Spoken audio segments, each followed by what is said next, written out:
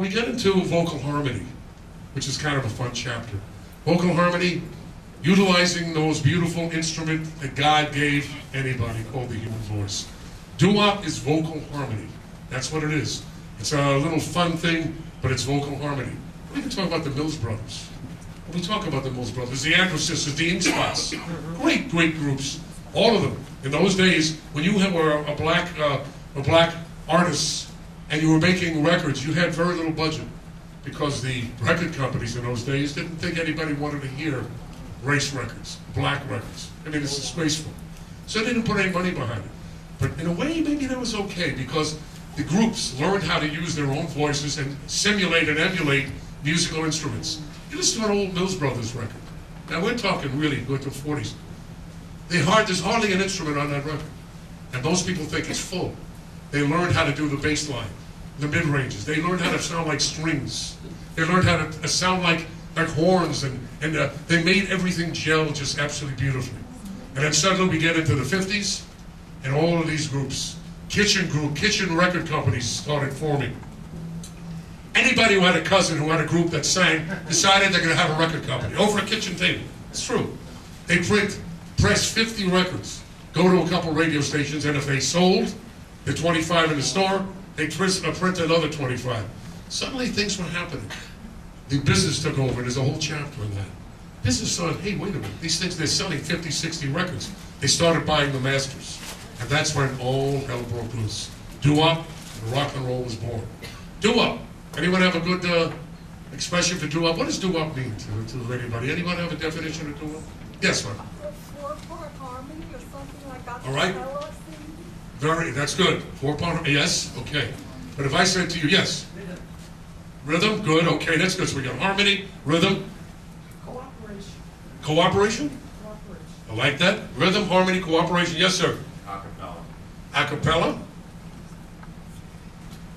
Well, you see what's happening. Yes, sir. Energy. Energy. Great. That's my favorite word. I love energy. But we take all of these things, mix them together with a little human voice. Gospel. Very important. Remember that word. Gospel.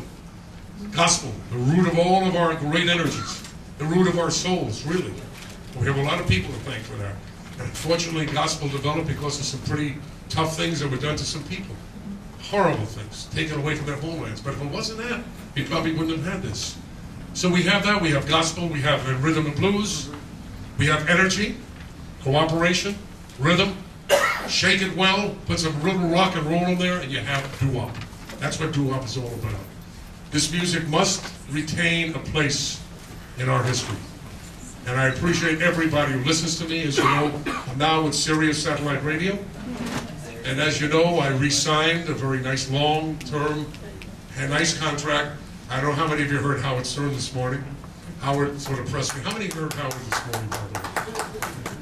Well, Howard pressed me for a while. That's fine. I've never done Howard show. Howard and I have known each other. His studio is on one side of Sirius, mine's on the other side. I put up barbed wire.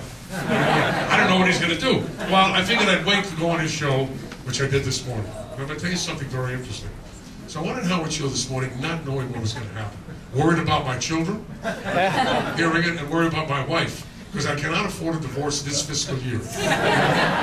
Where's my wife? Jody's here somewhere. Oh, where's Jody? There's Jody! Hiya, Jody! I'm coming home, baby. Okay. Jody, was it all right? Are you still talking to me? Well, Howard talked about the book, but every time he mentioned the book, he'd ask me some very personal questions, which I don't talk about. It's not my style. We talk about my sex life. I just don't talk. But here I am. He's asking me these questions. I think, what the hell? I answer. And I'm saying, what the hell am I answering these questions for? I mean, this is disgusting. This is terrible. But then it's not so disgusting. It's kind of funny. Of course, you know I was putting him on a little bit. A lot of it was true. A lot of it was put on. But I must say I had a great time. Now, I'll tell you what happened. As much as people talk about Howard and what he has and what he doesn't have, the sales of the book from his show today took us up to way into the top 10 selling books all over the nation. Of course, when I see Howard, I'll never admit that to him, you know? And he keeps on saying, now I'll come on your show. And I said, like hell you will. Can you imagine me talking about oral sex, playing 50s records? I mean, it doesn't, I mean, I can't imagine me talking about that anyhow. I think about it, but I don't talk about it. So I'm going on a media tour starting tomorrow morning. And where's Tara? Tara Cusley. I look at Tara, I'm saying, gee, I'm so glad I wrote this book. Tara and I are going to be traveling the lengths and breadths of this great nation. We leave tomorrow for Cleveland, and where I'll be doing the Rock and Roll Hall of Fame. And my broadcast, by the way, this Saturday will come live from the Rock and Roll Hall of Fame. So, as you know, most of you listen to me on Sirius and hope that you'll get them for Christmas. And 2 people are going to win these, by the way. Right? I hope you'll get it for Christmas. All my shows are live. I will not do anything that's not live. My show now on Sunday is repeated. It's called a performance encore.